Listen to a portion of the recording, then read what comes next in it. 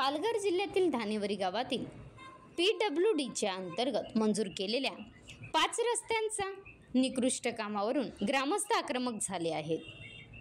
10 लाख रुपयांचा निधी मंजूर होऊनही रस्त्याच्या अत्यंत हलक्या दर्जाच्या कामामुळे ग्रामस्थांमध्ये तीव्र नाराजी निर्माण झाली आहे.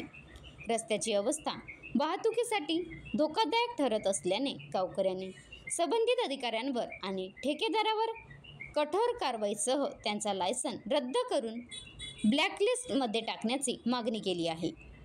ग्रामस्थांचा आरोप आहे की या ठेकेदाराने गावातील एका अंगणवाडीचे कामही निकृष्ट दर्जाचे केले आहे. ग्रामपंचायतीने देखील ठेकेदाराला जाब विचारला आहे, मात्र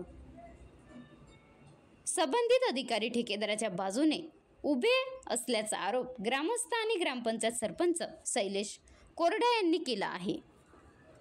ग्रामस्थांनी स्पष्ट इशारा दिला आहे की दोषींवर त्वरित कारवाई न झाल्यास PWD कार्यालयावर तीव्र आंदोलन छेडले जाईल. संबंधित ठेकेदारावर कारवाई होणार का? गावकऱ्यांचा रोष आणि आक्रोश पाहता आता संपूर्ण गावाचे लक्ष प्रशासनाकडे लागले आहे.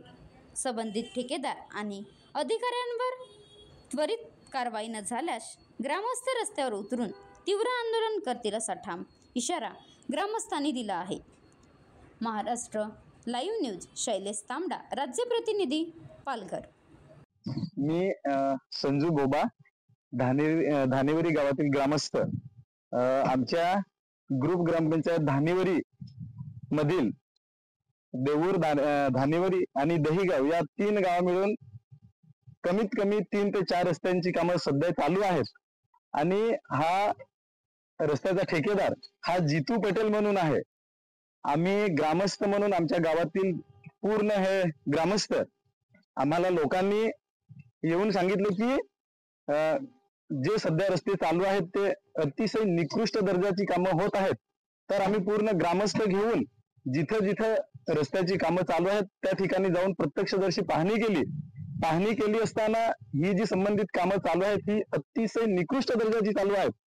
संबंधित ठेकेदार असेल किंवा संबंधित शासन प्रशासन यांना प्रत्यक्षदर्शी कामाच्या ठिकाणी बोलावून इव्हन सरपंच साहेब, आमच्या धानेवरी गावाचे सरपंच साहेब शैलेशजी कोरडा साहेब यांना घेऊन सुद्धा आम्ही संबंधित कामाच्या ठिकाणी जाऊन तिथं त्या रस्त्यांची पाहणी केली असता संबंधित रस्ते अतिशय निकृष्ट दर्जाचे सध्या तरी निकृष्ट दर्जाची कामं चालू आहेत. हे वारंवार आम्ही ठेकेदाराला, संबंधित शासनाला, प्रशासनाला कळवून सुद्धा आजतागायत रस्ते जशाच तसे आहेत. आणि येणाऱ्या टायमामध्ये जर शासनाने, प्रशासनाने त्या ठेकेदारावर कुठल्याही प्रकारची कारवाई केली नाही तर आम्ही पूर्ण धानेवरी देऊ. मी शैलेश कोरडा, ग्रामपंचायत धानेवरीचे सरपंच.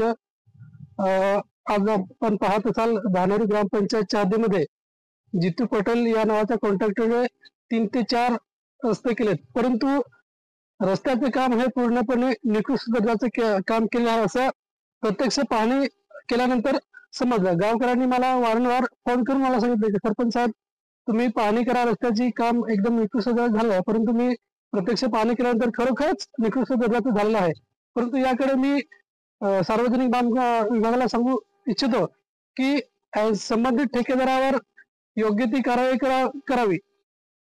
या कामाविषयी तुम्ही संबंधित अधिकाऱ्यांशी तुमचं बोलणं वगैरे झालेलं आहे का?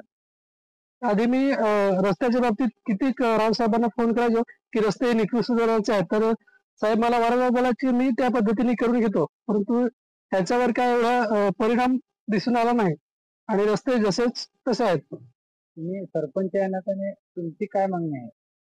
माझी एवढीच मागणी आहे की रस्ते हे निदान 10 ते 15 वर्ष टिकले पाहिजेत. एका पावसाळ्यापुरती निकृष्ट किंवा हे नाही झालं पाहिजे. 10 वर्षापर्यंत टिकले तर ही एक गावाची जी आहे रस्त्याची बांधणी किंवा दळणवळणाची सुविधा ती लोकांच्या येण्यासाठी चांगली सुविधा होईल. एवढं फक्त माझी इच्छा आणि संबंधित ठेकेदारावर कारवाई करण्यात यावी.